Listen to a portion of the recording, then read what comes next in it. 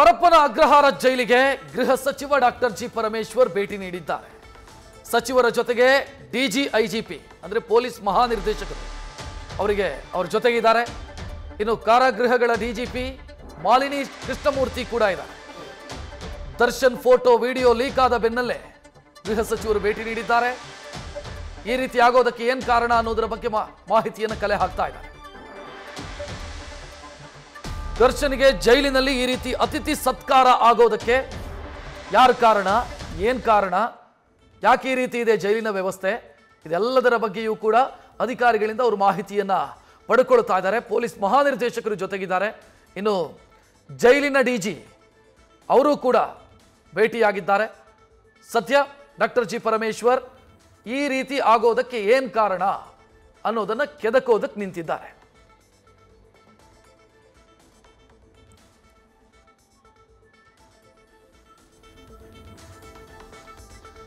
ನಿನ್ನೆ ರಿವೀಲ್ ಆದಂತ ದರ್ಶನ್ ಫೋಟೋ ಸದ್ಯ ಜೈಲಿನ ವ್ಯವಸ್ಥೆಯ ಬಗ್ಗೆ ಪ್ರಶ್ನೆಗಳು ಮೂಡುವಂತೆ ಮಾಡಿದೆ. ರಾಜ್ಯದ ಎಲ್ಲಾ ಜೈಲುಗಳು ಕೂಡ ಹಿಂಗೆ ಇದಾವ ಅನ್ನೋ ಅನುಮಾನ ಜನರನ್ನ ಕೂಡ ಕಾಡ್ತಿದೆ. ದುಡ್ಡಿದ್ರೆ ಏನು ಬೇಕಾದರೂ ಸಿಗತ್ತಾ ಜೈಲಲ್ಲಿ ಹಂಗಿದ್ರೆ? ಸೊ ಇಲ್ಲಿ ದುಡ್ಡಿಗೆ ತಮ್ಮನ್ನು ತಾವು ಮಾರ್ಕೊಂಡಿರುವಂತ ಅಧಿಕಾರಿಗಳಿದಾರ ಜೈಲಲ್ಲಿ. ಈ ವ್ಯವಸ್ಥೆನೇ ಇದೇ ರೀತಿನ, ದುಡ್ಡು ಕೊಟ್ರೆ ಏನು ಬೇಕಾದರೂ ಆಗತ್ತೆ ಅನ್ನುವಂಥ ವ್ಯವಸ್ಥೆನಾ ಅಂತ ಜನ ಮಾತನಾಡ್ಕೊಳ್ಳೋದಕ್ಕೆ ಶುರು ಮಾಡಿದ್ದಾರೆ. ದುಡ್ಡಿದ್ರೆ ಸಾಕು, ಏನು ಬೇಕಾದರೂ ಮಾಡಬಹುದು, ಜೈಲೊಳಗೆ ಹೇಗೆ ಬೇಕಾದರೂ ಇರಬಹುದು. ಅಲ್ಲಿ ನಮಗೆ ರೆಸಾರ್ಟ್ ರೀತಿಯ ವ್ಯವಸ್ಥೆ ಸಿಗತ್ತೆ, VVIP ಆತಿಥ್ಯ ಸಿಗತ್ತೆ. ರೆಸಾರ್ಟಲ್ಲಿ ಹೆಂಗಿದೆಯೋ ವ್ಯವಸ್ಥೆ ಅದೆಲ್ಲವೂ ಕೂಡ ಜೈಲಲ್ಲಿ ಸಿಗತ್ತೆ. ಒಂಥರ ಟೂರಿಗೆ ಹೋದಂಗೆ.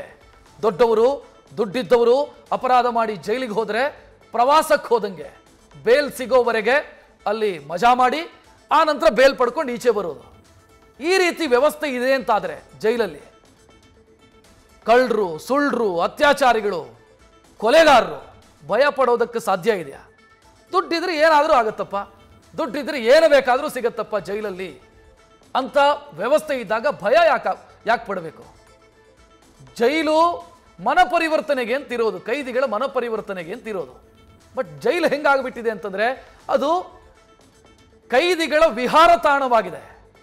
ಕೈದಿಗಳಿಗೆ ಕೇಸ್ ಆದ ನಂತರ ರಿಲೀಫ್ ಆಗೋದಕ್ಕೆ, ರಿಲ್ಯಾಕ್ಸ್ ಆಗೋದಕ್ಕೆ, ಬೇಲ್ ಸಿಗೋವರೆಗೆ ಟೈಮ್ ಪಾಸ್ ಮಾಡೋದಕ್ಕೆ ಇರುವಂಥ ಜಾಗವಾಗಿ ಬದಲಾಗಿದೆ. ಸೊ ಇದು ನಮ್ಮ ವ್ಯವಸ್ಥೆ. ಈ ಹಿಂದೆಯೂ ಕೂಡ ಅನೇಕ ಸಂದರ್ಭದಲ್ಲಿ ಜೈಲಿನ ವ್ಯವಸ್ಥೆಯ ಬಗ್ಗೆ ಪ್ರಶ್ನೆಗಳು ಕೇಳಿಬಂದಿತ್ತು. ಒಂದು ಆ ಶಶಿಕಲಾ ಕೇಸ್ನ ಸಂದರ್ಭದ ಒಂದು ಉಲ್ಲೇಖ. ಬಿಜೆಪಿ ಸರ್ಕಾರ ಇದ್ದಂಥ ಸಂದರ್ಭದಲ್ಲಿ ಹರ್ಷ ಕೊಲೆ ಕೇಸ್ನ ಆರೋಪಿಗಳು ಜೈಲೊಳಗೆ ಕೂತ್ಕೊಂಡು ವಿಡಿಯೋ ಕಾಲ್ ಮಾಡೋದು, ಸ್ಟೇಟಸ್ ಹಾಕೋದು, ಇಂಥದ್ದನ್ನೆಲ್ಲ ಮಾಡಿದರು. ಬಿಜೆಪಿ ಸರ್ಕಾರ ಇದ್ದಾಗ ಕಾಂಗ್ರೆಸ್ನವರೆಲ್ಲ ಮಾತನಾಡಿದರು, ನೋಡಿ ಎಂಥ ವ್ಯವಸ್ಥೆ ಇದು ಅಂತ. ಈಗ ಕಾಂಗ್ರೆಸ್ ಸರ್ಕಾರ ಇದೆ, ಜೈಲೇನೂ ಬದಲಾಗಿಲ್ಲ, ಬದಲಾಗುವಂಥ ಸೂಚನೆಯೂ ಕೂಡ ಕಾಣ್ತಾ ಇಲ್ಲ. ಒಮ್ಮೆ ಈ ವಿಚಾರ ಬೆಳಕಿಗೆ ಬಂದಾಗ ನಾಟಕಗಳೆಲ್ಲ ಶುರುವಾಗುತ್ತೆ. ಅಧಿಕಾರಿಗಳು ತನಿಖೆ ಮಾಡೋದೇನು, ರಿಪೋರ್ಟ್ ತರಿಸ್ಕೊಳ್ತೀವಿ ಅಂತ ಹೇಳೋದೇನು, ಕೈದಿಗಳನ್ನು ನಾವು ಟ್ರಾನ್ಸ್ಫರ್ ಮಾಡ್ತೀವಿ ಅಂತ ಕತೆ ಹೇಳೋದೇನು, ಅದು 2 ದಿನ 3 ದಿನ ಮತ್ತೆ ಅದೇ ವ್ಯವಸ್ಥೆಗೆ ಜೈಲು ಹೋಗುತ್ತೆ ಅನ್ನೋದಕ್ಕೆ ಸ್ಪಷ್ಟ ಉದಾಹರಣೆ ಇದು.